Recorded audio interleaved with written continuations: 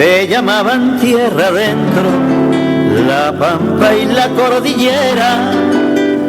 después fueron campo afuera,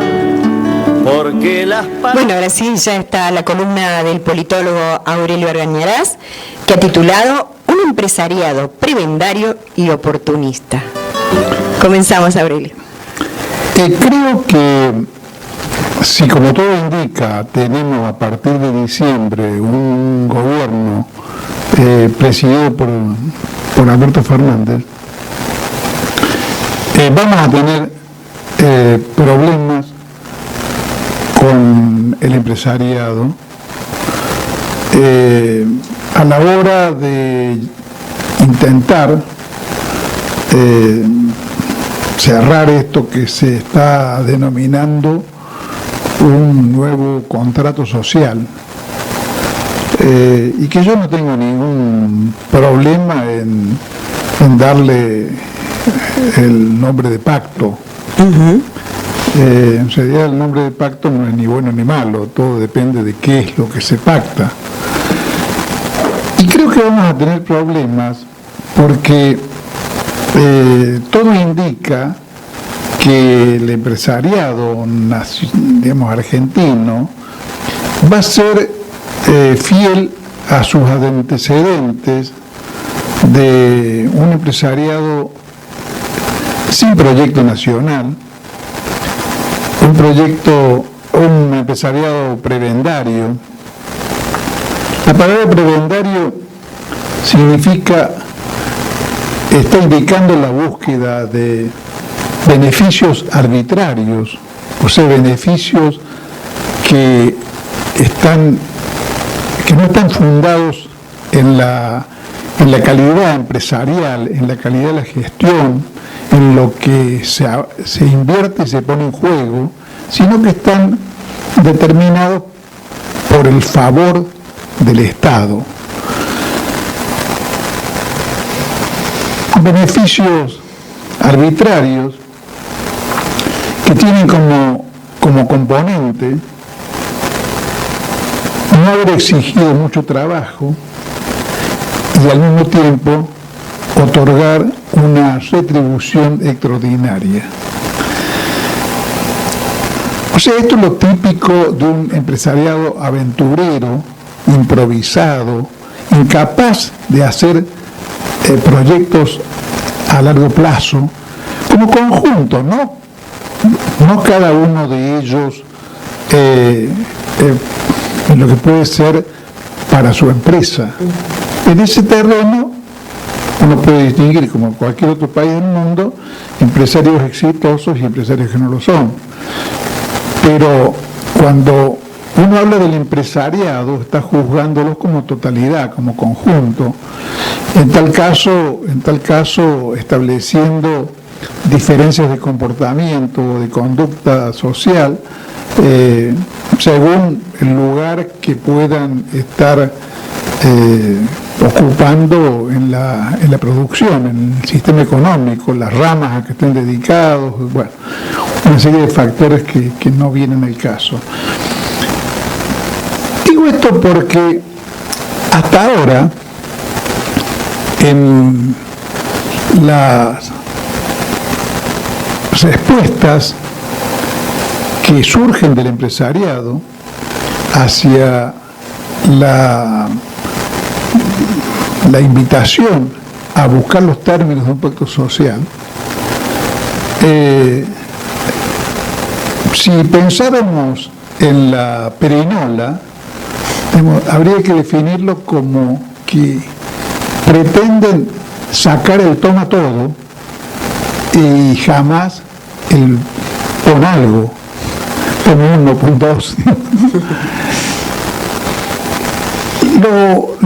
Lo que están exteriorizando son pedidos. Son los mismos pedidos, además, que formularon frente al gobierno de Macri.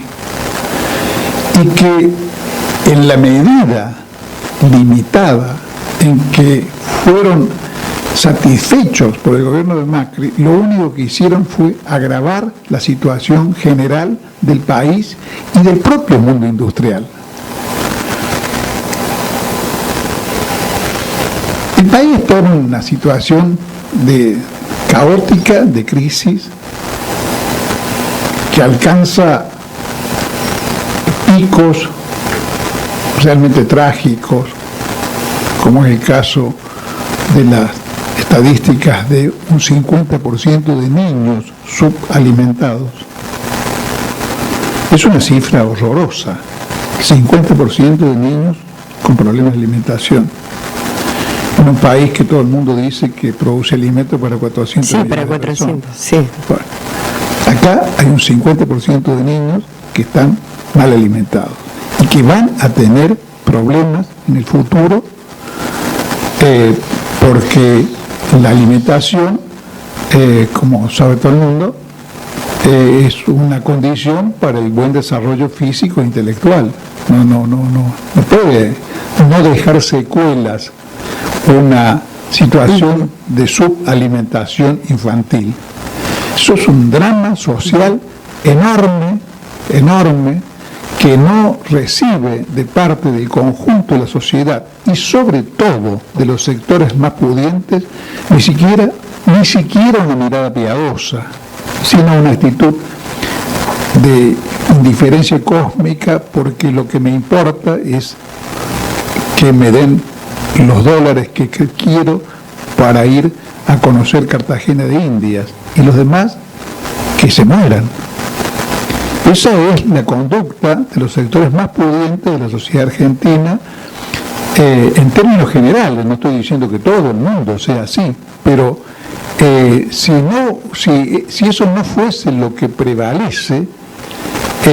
habría ya una especie de movimiento colectivo mucho más importante que los movimientos sociales que se ocupan del tema, para dar respuesta urgente a una situación en la cual ha crecido tanto la gente en situación de calle, y sobre todo ha crecido tanto la cantidad de niños con problemas de hambre. Palabra que creo que muchos oídos no quieren directamente escuchar. Y particularmente no quiere escuchar nuestro empresariado, que está solamente preocupado en cómo va a llenar más la bolsa. Esta semana ha aparecido un comunicado de la Unión Industrial Argentina que todo lo que contiene con relación al problema de un nuevo contrato social es demandas dichas de un modo o de otro relacionadas con la famosa reforma laboral, que significa precarizar el trabajo, un buen romance en criollo básico, relacionadas de nuevo con una ofensiva para disminuir o suprimir los impuestos de ingresos brutos provinciales, que son una parte esencial del presupuesto de las provincias, de todas las provincias argentinas.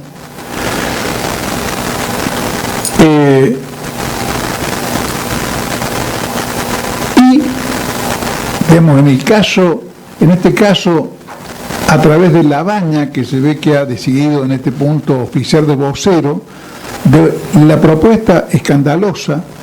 de no tocar lo que ya hizo Macri en relación a bienes personales. Bienes personales se llama ahora lo que antes se llamaba impuesto al patrimonio, y que también en buen romance o en criollo de barrio significa impuesto a la riqueza, impuesto al patrimonio, impuesto a los bienes que una persona tiene atesorados, digamos, por la razón que sea, trabajo, herencia, bueno. Difícilmente alguien se haya hecho rico trabajando, como decía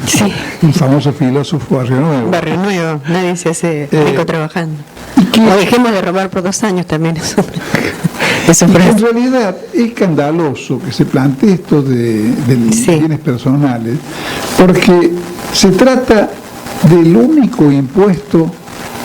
claramente no regresivo que tiene la Argentina. O sea, estos señores de la Unión Industrial y de la élite empresarial del país pretenden que al Estado Nacional lo solventen los consumidores del pobrerío a través de el impuesto al valor agregado, del IVA, que como sabemos es el impuesto menos democrático que existe, porque el IVA lo paga desde la gente que tiene situación de calle cuando va a comprar una varilla de pan hasta los más pudientes. Es un impuesto que en realidad establece la carga de sostener el Estado sobre las grandes mayorías populares y fundamentalmente pobres, liberando a los ricos y a los que tienen ganancias extraordinarias de cumplir con su parte en la contribución del manejo del Estado. Y cuando se dice del Estado, cuando se habla del Estado y de sostener al Estado, la propaganda neoliberal ha logrado hasta cierto punto, por lo menos, instalar en franjas de la población, y yo diría que franjas de la población bastante extendidas, la idea de que se trata de mantener a los empleos públicos, olvidando que no se trata solamente de eso, sino que se trata además de mantener el sistema educativo nacional, de mantener el sistema de salud pública nacional, y una serie de gastos e inversiones estatales que son una condición no solamente de la vida civilizada, sino incluso de que el país pueda mantenerse en el rango de los países más o menos modernos del mundo. En principio, ya que estamos hablando de los empresarios, sin el Estado y los institutos educativos del Estado, no hay posibilidad de contar con trabajadores calificados. Así como se vio después de la experiencia nefasta del cierre de los colegios técnicos en la década menemista, se vio que había desaparecido renglones enteros de jóvenes calificados para trabajos industriales, técnicos de cierta significación. Sin los colegios técnicos nos quedábamos con mano de obra muy analfabeta, muy poco calificada desde el punto de vista de los requerimientos de un país que tiene una producción moderna, digamos. O sea que cuando hablamos de educación, cuando hablamos de alfabetización, cuando hablamos de formación técnica y de la difusión de la cultura, estamos hablando de algo que interesa directamente o debería interesar en forma directa al mundo empresario, porque es la condición de obtener en el mercado de trabajo la mano de obra necesaria para una producción mínimamente sofisticada o propia de los procesos industriales, aún sin pensar en las cosas que está imponiendo la nueva revolución industrial de generalización de la informática, de la robótica, de la inteligencia artificial y de otras cosas que aún requieren una calificación intelectual y técnica mayor todavía que la que se está obteniendo en los institutos de enseñanza, al punto de que aún en un momento como el actual de grave desocupación, hay renglones en el terreno de la informática o del manejo de las nuevas tecnologías donde hasta por la prensa cotidiana uno tiene noticias de que hay una escasez de mano de obra. La industria, la producción de software, por ejemplo, ha tenido este año en Córdoba, a pesar de ser un año claramente recesivo, ha tenido un proceso expansivo y requiere de mano de obra laboral calificada para llevar adelante esa tarea. Y esa mano de obra calificada o surge de las instituciones oficiales o surge de institutos privados. Generalmente la más calificada proviene además de institutos públicos. Entonces, desentenderse del gasto público, apostar únicamente a una rebaja de impuestos que les permita una más fácil maximización de las ganancias al mundo empresario,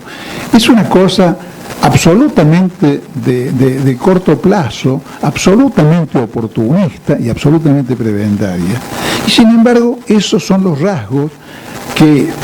caracterizan a nuestro empresariado, o sobre todo a la élite empresaria del país, y que en términos generales se podría decir que lo han caracterizado siempre. Ya en las épocas de Colombo, en la década del 40 del siglo XX, la Unión Industrial Argentina, que tiene un nombre engañoso, porque, por ejemplo, en la época de Colombo, entre una de las empresas que eran socias de la Unión Industrial Argentina estaban los chicles Adams, que son poco criollos, que según se sabe, son una versión de la goma de mascar norteamericana. Sí. Y obviamente la Coca-Cola y otra, la Fiat Argentina, digamos, está en la Unión Industrial Argentina y es una empresa italiana y así por el estilo. Si yo no me he puesto a desglosar realmente, claro, cuáles son las empresas. Claro, pero cualquiera que tenga curiosidad por ver cuáles son las empresas que integran la Unión Industrial Argentina, se va a encontrar allí, no me cabe duda, con Telecom, en su momento con Repsol, con la Fiat, con una cantidad de empresas, con Carrefour, con una cantidad de empresas que son una expresión de la presencia del capital extranjero en la Argentina, con lo cual la Unión Industrial de Argentina no tiene casi nada. Pero no es que no hay argentinos. Por ejemplo, esta reunión de la Unión Industrial, donde se ha anunciado sus contribuciones al establecimiento de un pacto social y a las fórmulas necesarias para enfrentar la crisis, que ellos reconocen, que es una crisis en la que está el país, una de las figuras renombradas ha sido la figura de Acevedo, de la industria aceitera. Sí. A mí me hizo recordar, porque también es una muestra de la miopía, mezquindad y falta de conciencia de clase industrial propia de nuestros empresarios, me hizo acordar a que entre los que votaron en contra de la sanción de la circular 125 estuvo Urquía. Urquía, aceitera. Urquía, la aceitera. Sí. Urquía. Siendo que para todo el mundo que elaboraba materia prima agropecuaria, que elaboraba granos, como es el caso del molino, la existencia de las retenciones a las exportaciones agropecuarias era un beneficio clarísimo que favorecía su competitividad internacional. Sí. A tal punto la favorecía que en el caso del biodiesel, la prohibición del ingreso de biodiesel a España fue argumentada por parte de los españoles como fruto de que, según el criterio español, la Argentina, al tener retenciones a las exportaciones de grano, estaba colocando en una situación de privilegio a nuestros fabricantes de biodiesel y, en consecuencia, la Argentina estaba practicando el famoso dumping y ese motivo pretendían los españoles que fuese un motivo válido para impedirles el ingreso al mercado español, porque no estaban dispuestos a reconocer, por supuesto, que en realidad la industria del biodiesel argentina era más eficaz y más tenía una productividad del trabajo más alta que la industria española. Claro. Entonces, es preocupante todo esto porque muestra que la concreción de un acuerdo social que pueda dar lugar, que pueda permitir una salida de la crisis y un proceso de expansión económica del país, va a encontrar en este mundo empresario serias dificultades. En principio da la impresión de que los rasgos de nuestro empresariado exigirían de parte del Estado Nacional imponerles la ley de una manera directa y haciéndoles caer todo el peso del Estado para obligarlos a trabajar en las condiciones necesarias para el desarrollo nacional. Claro. En términos que apunten a construir un país productivamente eficiente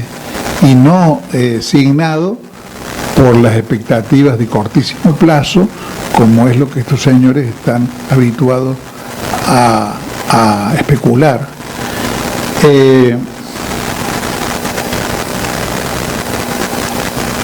Creo que Alberto Fernández puede encontrar un eco diferente en otros sectores del mundo empresario, más bien de la empresa mediana y pequeña, pero allí vamos a tener serias dificultades porque este empresariado, que es el que tiene más voz en el país y más poder económico, y que está íntimamente relacionado con el capital extranjero también, al punto de que ha sido en su momento solidario con la Repsol, por ejemplo, a pesar de que era de un interés para el conjunto de la sociedad argentina y de la producción argentina, que tuviéramos una empresa de bandera que actuara digamos, en función no de la rentabilidad particular de la producción petrolera, sino en función de alimentar y de nutrir toda la economía del país. Y sin embargo prevaleció, como prevaleció en el voto de Urgida con la 125, la solidaridad de la clase de los propietarios contra lo que es particularmente un interés del empresario industrial. A tal punto que contrasta con estas conductas la conducta que tuvo en su momento lo que creo que es la burguesía modélica del mundo, que es la burguesía industrial inglesa, que sometió al capitalismo agrario a su sistema de intereses y en función de eso lo perjudicó para abrir el ingreso a Gran Bretaña de la producción agropecuaria de Argentina y de otros países del mundo periférico, ya que le permitía abaratar el costo de su mano de obra, alimentar a sus obreros de una manera más barata de la que podían alimentarlo los productores agropecuarios ingleses. O sea, la burguesía industrial inglesa, la del país modélico de la revolución industrial, subordinó a estos sectores atrasados y parasitarios a su sistema de intereses para poder construir una economía burguesa moderna. Eso no pasa en la Argentina y creo que solamente el Estado Nacional puede encarnar los intereses colectivos de modo tal de subordinar todo este sistema de intereses mezquinos, no para establecer una cosa distinta de lo que es la economía de mercado, pero por lo menos para regular esa economía de mercado en términos que no dejen, que no sean contradictorios con el interés general, a la manera en que lo hace en China el Estado chino, que subordina todo el sistema de intereses privados sin suprimir el mercado a los intereses generales del desarrollo del país. Si quiere ver un tilingo, métase un rato en un